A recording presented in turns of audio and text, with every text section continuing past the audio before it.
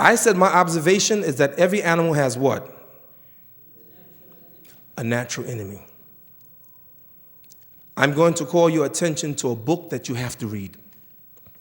You have to read, brothers and sisters.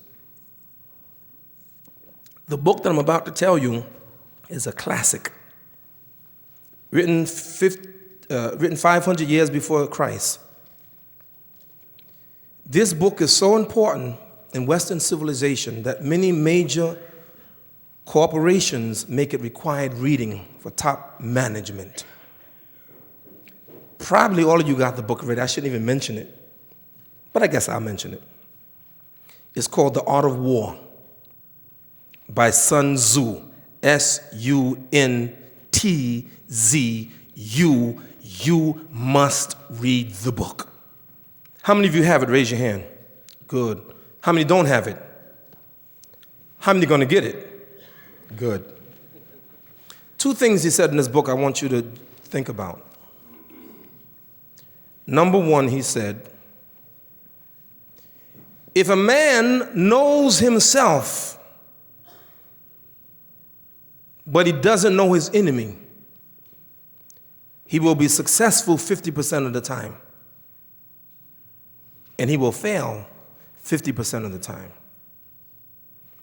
And if a man doesn't know himself and he doesn't know his enemy, he will always fail. And if a man knows himself and knows his enemy, he will be successful. Number two, and this is really, really heavy. It's heavy. I'm going to put number two here. Let's see if keep it there for a second, okay? Would you remind me that I have it here? Okay, I'm going to ask you a couple of questions. Question number one, how many of you in this audience believe in Allah, the Supreme Being, or God? Raise your hand. Very good, very good. How many of you believe in his prophets? Raise your hand. Good. How many of you believe in the scriptures that the prophets brought? Raise your hand. Good. How many of you believe in angels? Life after death? Good. How many of you believe in the devil?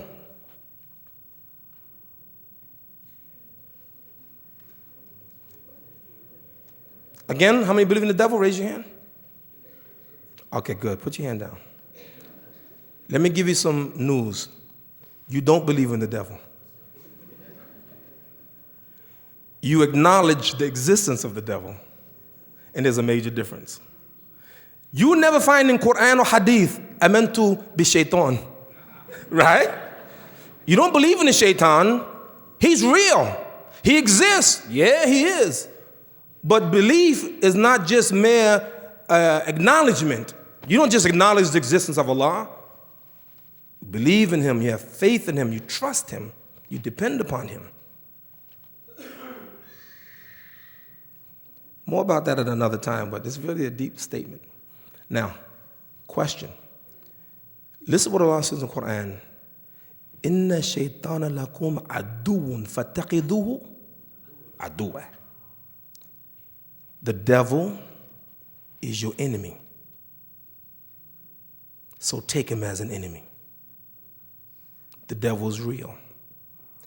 The Christians teach it. It's in the Bible.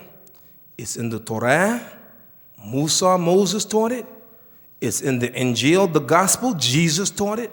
All the prophets talked about this creature called Shaitan. He's the enemy of man. The white man is not the enemy of man, necessarily. No, stop it. Don't stop it.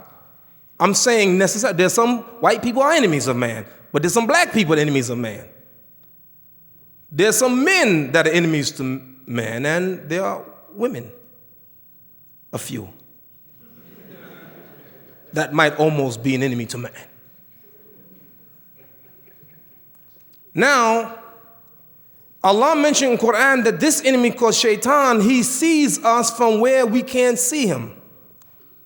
Now I'm going to ask you a critical theological question. It's strictly theological, as a Jew, as a Christian, as a Muslim. Can the devil kill you?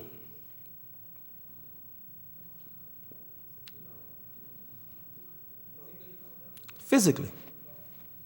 Can't do it. You know why? It's against the rules of engagement. He can da'autuka. He can invite you. He can influence you. He can try to trick you, but he can't kill you. He can't physically hurt you. So the weapon of the devil, Shaitan, is not his hands, but is his voice, his whisper, his deception. Now, what's over here? Number 2. Sun Tzu said, the greatest achievement in war, listen carefully, is to be able to defeat your enemy without shedding a drop of blood.